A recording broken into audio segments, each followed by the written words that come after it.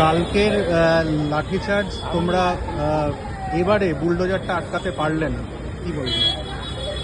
দেখো, রাষ্ট্রশক্তি যদি তার সমস্ত স্ট্রেংথ নিয়ে নামে, উল্টো দিকে যে সাধারণ মানুষ তারা তো যুদ্ধ করতে যাননি, তারা শান্তিপূর্ণভাবে নিজেদের কথাটা বলতে গেছে। এরা ঠিক করেছে কোনো কথা শুনবে না, ভাঙচুর করবে।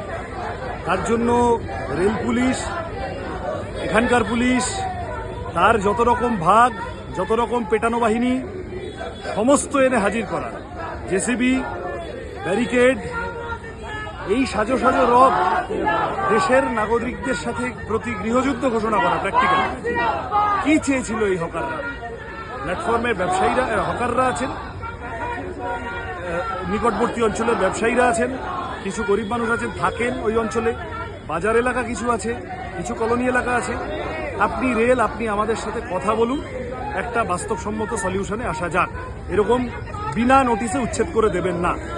আমরা আইডি কাগজ দেখিয়ে 2 তারিখ ভাঙতে এসেছিল, আটকে ছিলাম।